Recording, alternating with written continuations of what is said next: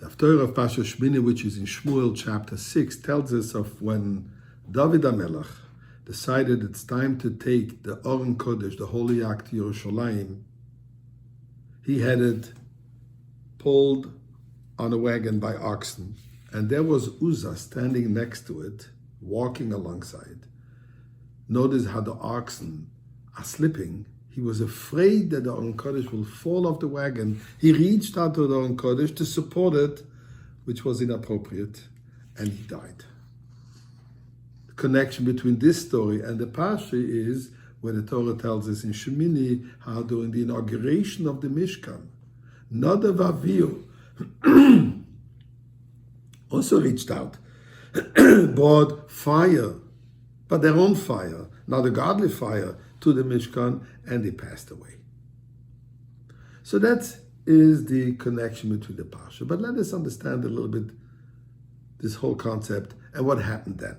And then the Torah tells the following: that when they were carrying when they were pulling the Oren Kodesh to Yerushalayim, David HaMelech danced joyfully with all his strength. And he was dressed in a linen apron. That's what it says over there. Later on it says, when he entered the city of David, which then was called the city of Yerushalayim, he leaped and danced joyfully before God.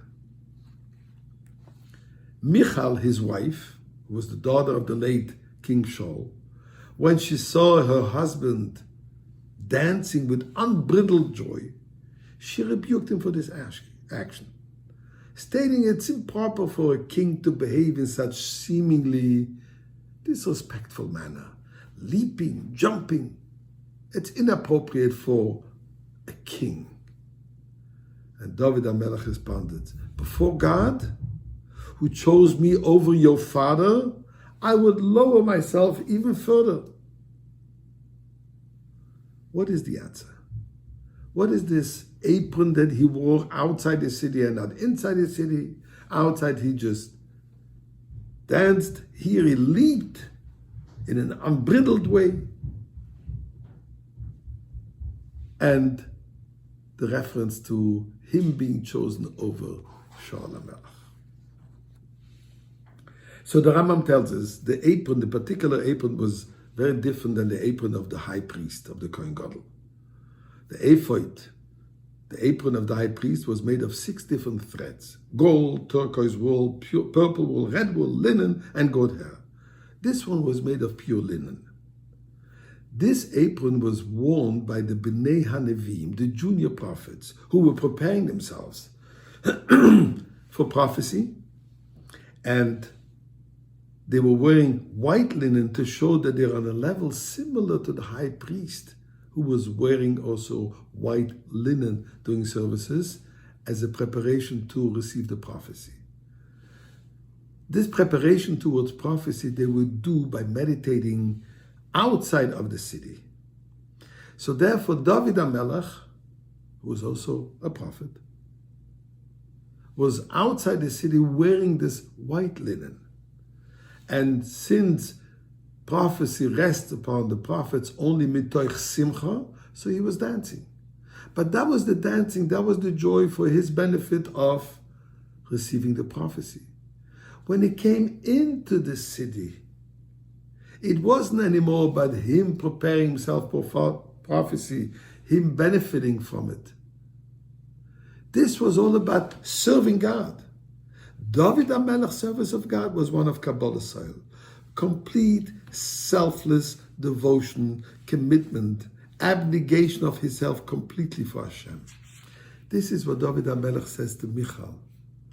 When it comes to serving Hashem, one doesn't look upon his own honor, even the honor of this kingdom. All he has to focus on is what? The opportunity, the joy of serving Hashem. Unfortunately, your father was more intellectual. And he was serving God with his intellectual capacity, which is not what God wanted. Says the Rambam, this is the message to us, that we have to serve Hashem with complete and selfless devotion, even in times of challenges, even in time of exile, we must express our joy in an unbridled manner, unlimited simcha. Simcha b'li hagbala, as it says. And what is this simcha all about? Opportunity of serving Hashem and the total and complete faith that any moment we will see Mashiach, the heir of David HaMelech, who will bring us into the Beis HaMikdash, and we will have the ultimate revelation of Mashiach. And this is particularly true on the day before Chavchet Nisan, when the Rebbe told us, it is our responsibility, it is our mission to make this happen. With simcha, with love, with commitment, with emunah, we will merit it today, Mirz Hashem. Good Shabbos.